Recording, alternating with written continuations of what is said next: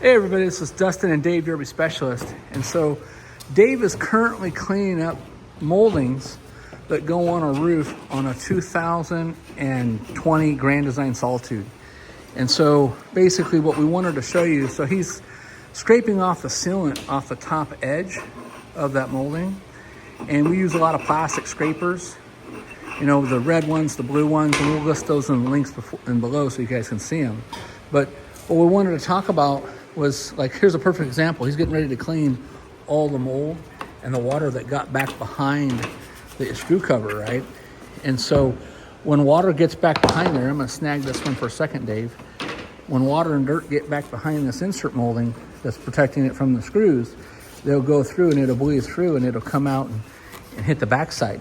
The other thing is this molding is just resting on the surface, just like this, but on the side of the wall. So the only sealant that you have is this side edge sealant, and that's what he's scrubbing and cleaning up here on these moldings. And so he's getting these moldings all cleaned and prepped up. He's going to wipe them all down, both sides and all that, and get them up cleaned up really good. He's just getting all the heavy stuff off first. Then he'll go back and he'll add actual putty tape. So here's what this putty tape looks like. This comes with the Dicor roof membrane kits that we use. And so he's going to go and he'll apply putty tape to the back side of this molding when that gets put back on the unit. And that's to protect it, to keep water from getting back behind it. So you see how, I don't know what you'd say, that's probably as thick as a penny.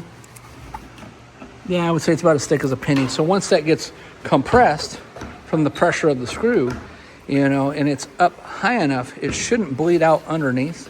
And even if it does over time, you could still go back and scrape it all off and reseal it. But these side seams, we've done a bunch of different videos and pictures on them. It's super important to make sure that you are cleaning it and checking them. You know, as that box, we'll say the RV, you know, as it's basically actuating, that whole RV is doing that kind of number right there. And when it's walking from side to side, you know, just like any shoebox, when it's walking side to side, these moldings give and flex and move. So that's what also causes, you know, the sealant on the top to crack and shrink up and dry. So make sure you're staying up top of those. Dave, any extra advice? Yeah, you know, just, you covered it all, but one of the reasons that there was so much water damage was they didn't have any putty tape on this back side. Yeah. I didn't clean this off. You could see how there was nothing here. So we make sure that, like you stated, we put the putty tape on. Just for an example, we'll roll this entire molding on there all the way down, and that ensures that when we go back in with our screws, that screw is grabbing that putty tape and it's moving it into the hole. Yeah. As well. So it makes it watertight. And I even know on some of them, occasionally I've seen you inject them and stuff too in the holes, depending on if the holes were too big, yeah, or if they were stripped out, right, or if you were switching different size screw heads and stuff as well. So, well, all right. Well, everybody, thanks so much for watching. And if you haven't joined any of our RV Facebook groups, we encourage you to do so. That's where we're showing you, like, again, you know, like what tools and tricks and tips and things that we're going on here in the shop. Like that, it's a pump spray bottle that Dave's using down there. And so that bottle has a product called Cosmoline in it. It's similar to the Acrosol, but we buy it in a 5-gallon drum. And so we'll list that in there as well. That's where you can physically purchase the product, pour it in there, and then you pump it to create a spray so that you're not using like an aerosol can. Because a lot of those aerosol cans cost a lot of money.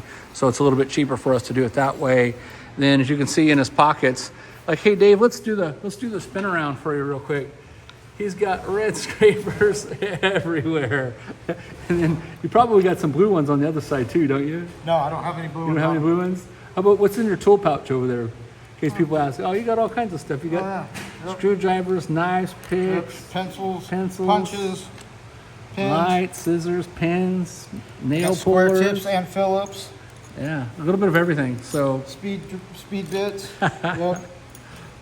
all right, so you know, that's all the kind of stuff. A lot of these guys, you know, I see them roaming around all the time, and they're either got their knee pads on, which is good because we're real big on like keeping ourselves protected. Especially most of us here have been 20 plus year veterans of doing RV repair, so we're trying to take care of our body, right, Dave?